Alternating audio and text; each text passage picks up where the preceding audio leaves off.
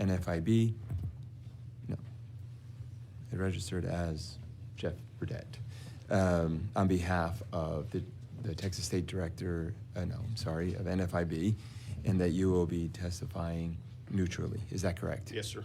I'm glad you understood that. All right, so Mr. Hammer, we show you registered as Glenn Hammer on behalf of the Texas Association of Business, and that you will be testifying neutral. Is that correct? That's correct. Awesome. All right, thank you. Please proceed. Well, Mr. Chairman, Vice Chairman, members of the committee, first of all, congratulations for the creation of this very important effort. And I'll also say what the last witness said, it's an honor to be able to testify at the first hearing. As you said, Glenn Hammer, President and CEO of the Texas Association of Business. We're the State Chamber of Commerce. In addition to all of our direct members, we represent over 250 chambers of commerce all through the great state of Texas. And with my colleague, Jeff Burdett, who will speak in a moment, had the great privilege to co-chair Governor Abbott's Small Business Freedom Council, which was created to reduce the regulatory burden, the tax burden, and enhance permitting and other types of things for the great small businesses in the state of Texas. We know that 99% or so of businesses that are formed in Texas are small businesses, representing about half of the workforce. And we know, Mr. Chairman and Vice Chairman, that so much of the entrepreneurial activity comes from our small businesses. You think of startups and those types of operations. And I also want to say, I want to express appreciation to Adriana Cruz and her exceptional team at the Economic Development and Tourism Office for all of their work on this effort. Texas is correctly regarded as the best economy in the country. We've added more jobs than any other state for the past many years. So it's fair to say we have the top economy in the United States, but really now at $2.5 trillion and growing, we have the best economy in the world. We're number 8. We have our economy's GDP is greater than Canada's, is greater than Russia's. We passed Italy. And probably by the end of this year, from all of the great activity that you're doing as a legislature and the governor's doing, we'll pass France and be in the G7. So we arguably now have the strongest economy in the world. But now I've been so inspired by the last witness talking about space. Given that SpaceX is headquartered in the state of Texas, why don't we just say we have the best economy in the galaxy? And the key is to keep it that way. Just a few of the features of the Small Business Freedom Council that I think are useful, and then I'll turn it over to Jeff. The mission was clear: identify necessary government burdens that impede small businesses and provide actionable recommendations to remove those barriers. Through extensive engagement with nearly 700 small businesses from every part of the state and input from 46 state agencies, we compiled a report that outlines key obstacles and practical solutions to address them. And I'd like to thank Gabriella Perdici from our team, who really did a phenomenal job of assisting me in this effort, and the whole team. Jeff Burdett, thank you, Mr. Chairman and Vice Chairman. Thank you, Mr. Chairman, members. My name is Jeff Burdett. I'm the Texas State Director for NFIB, National Federation for Independent Business. We represent over 20,000 small businesses in Texas. We have around 300,000 nationwide, and we're the leading organization representing small businesses for over 80 years. I'm proud to have co-chaired this Governor's Small Business Freedom Council with Glenn, and I would first like to thank the governor for his leadership on keeping small businesses in the front of our mind and proactively keeping Texas a great place to do business. I would also like to thank governor's staff and Adriana also at the Governor's Economic Development, and then our staff also at NFIB. Sarah has tons of hours on that as well. So, and also we'd really like to thank this committee and the speaker for putting this kind of thing together that actually helps small businesses, and y'all care about that, and I appreciate it, and one of our NFIB members, Representative Curry there also. So thank all of y'all for your attention to this issue. So now on to some of the findings that we had in this report. You got the report in front of you and our testimony as well, but this report is basically broken down into three main sections. So there's an analysis of the state agency recommendations. The governor asked state agencies, and as Glenn mentioned, there were 46 of them that responded to this, to find areas where they could either lower fees, lower taxes, or lower some kind of regulation on small businesses. And we got a lot of responses for that. You'll see some of the recommendations, but we also have an appendix in there that will show you if you would like to go through an extensive list of everything we've got that in there as well. Number two is an analysis of the public feedback that we received from 700 Texas small businesses. We did a survey in January specifically for small businesses. It has a good breakdown in there of how large the businesses are and kind of the things that they do. So that's kind of interesting. So, and then number three is the council recommendations, which are a culmination of those two sections. Plus we had 10 small business members on this council, along with other business association heads, and then things we see in the real world.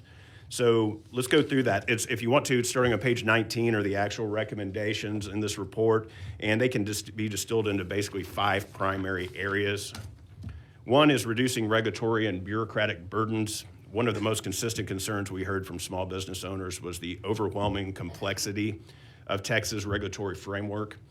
Licensing and permitting process are often duplicative and inconsistent across agencies, which cause unnecessary delays and expense. For an example, a business owner who's looking to expand often faces months of delays simply due to redundant requirements at multiple levels of government. So our recommendation on this is pretty straightforward. We just want to streamline these process, eliminate duplicative fees if we can, and create clear, predictable timelines for approvals. So let's get these businesses out of regulatory limbo when they're ready to invest, hire, and grow, and that will really be helpful for these small businesses. Section number 2 deals with taxes and fee reductions. No surprise, we got the most input on taxes and fees of any of the sections. In fact, the number one issue for small business owners, and this was no surprise to me because it's also what I hear most from our NFIB members, is the business personal property tax. So if you take a business and turn it upside down and shake it, everything comes out is subject to the business personal property tax. So it's your computers, your chair, furniture, any kind of raw materials for making whatever you're making, any machines for making whatever you're making, and even the inventory waiting to be sold is all subject to this tax. We already have other property taxes. We have franchise taxes. These businesses are frustrated by another layer of tax that they feel like is unnecessary, especially because they paid taxes on most of those items in the beginning, and they're going to be paying taxes as they sell all their items on the back end. So another layer. House Bill 9 that we heard with Chairman Capriglione on Monday in Ways and Means looks to address that. It takes the current exemption from $2,500 up to $250,000, and this would be a really big thing for small businesses in the state. So we appreciate the speaker, we appreciate Chairman Meyer and all that for bringing that, and so we look forward to working with this committee and the rest of the legislature on things such as House Bill 9. And additionally, we identified some other reforms to franchise tax, unemployment insurance tax rates, and things like that that you can see there in the report. So on to Section 3, that was workforce hiring and flexibility. That's another thing that small business owners pointed out with us in our survey was workforce shortages are a persistent issue, particularly in industries like childcare, hospitality, and in the skilled trades. Outdated restrictions prevent businesses from hiring eager and capable workers.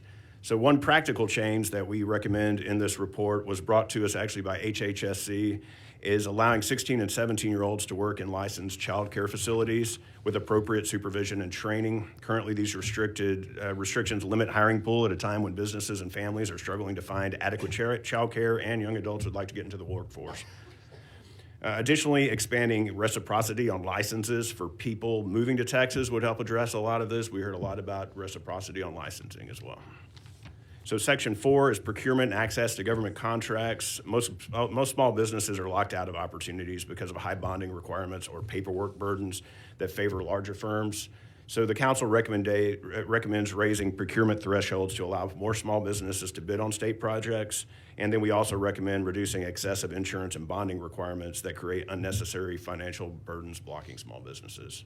And then Jeff, on to Thank you. And the fifth area is technology and digital access. And Mr. Chairman, you started the hearing by mentioning AI, and the entire body and legislature are very fortunate to have you. You are very fluent in all of these areas. By the way, none of these comments were prepared by ChatGPT or Grok 3. These are all from me. But what's important that as we are in the age of AI, this is a very timely committee. When you think about, we still have a lot. What we uncovered is that the state has a number of agencies that still rely on outdated systems that require paper forms, in-person visits, and lengthy response times. And I think we heard something concerning auto licensing, where you could perhaps go away from that. So what we would recommend, for example, is businesses applying for certain permits that are still required to post public notices in print newspapers. By the way, when I put up a print newspaper, it's the one way my daughters think I'm about 200 years old. Most people are getting their news digitally. So that requirement is outdated, it's expensive, it drives up costs. So let's move to digital notices and expand online filing systems that would streamline compliance and allow businesses to focus on growing rather than navigating bureaucratic red tape. And Chairman and members of the committee, Texas has always led the way when it comes to growth and innovation. We think that these recommendations as provided by the Small Business Freedom Council will continue to keep Texas on top, and really appreciate the interest of this committee. And the final point, I just do want to emphasize Jeff's point on the importance of what happened earlier with the House Ways and Means Committee and Chairman Meyer, increasing that business personal property exemption 10,000% from 2,500 to 250,000 is a huge deal, and it was the number one identified thing. And when you think about what you did a few years ago by doubling the business franchise tax, you not only reduced taxation for small business, you dramatically reduced regulatory compliance. So we believe that that's really important, and we just want to thank you, Mr. Chairman, Vice Chairman, members of this committee, for the chance to testify this afternoon. Members, are there any questions? Seeing none. Representative Kirk. I really just want to make a comment, number one, to the members of the committee. I do have a bill, and I'm getting the bill number now, but I do have a bill out there to eliminate these newspaper notices and get our notices. I mean, we're spending millions and millions of dollars throughout the state, not just the state, but also throughout all the other local entities and so on these notices. So there is a bill filed on that, and I'm sure we'll get the chance to look at that. I want to say, as a small business owner, as many of us are, thank you for all the work that y'all did on this. I have read every detail of your report. I can tell you, you will be a huge asset to this committee and to our efforts moving forward, and the product of your work will stand for quite a while because we'll be very focused on it. So thank you so much for coming and doing this. Thank you. Thank you. Thank you, members. Any other questions? If not, thank you both for your work, and obviously for the Small Business Task Force and the governor for putting this together. It's, like you said, it's a great read, and there's a lot of really good comments in there that we should take heed and help our small businesses, especially with some of this bureaucratic red tape and other fees that they face. Thank you. Thank you, Chairman. Thank you.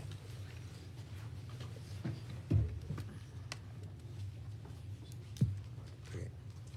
All right, that concludes today's testimony on agency rulemaking. Next, we will turn our attention to open government, focusing on the Public Information Act and the Texas Open Meetings Act. Our committee is charged with reviewing transparency issues, including access to public records and open meetings. Our invited witnesses will share the challenges they have encountered in their effort to ensure the public remains informed about government operations.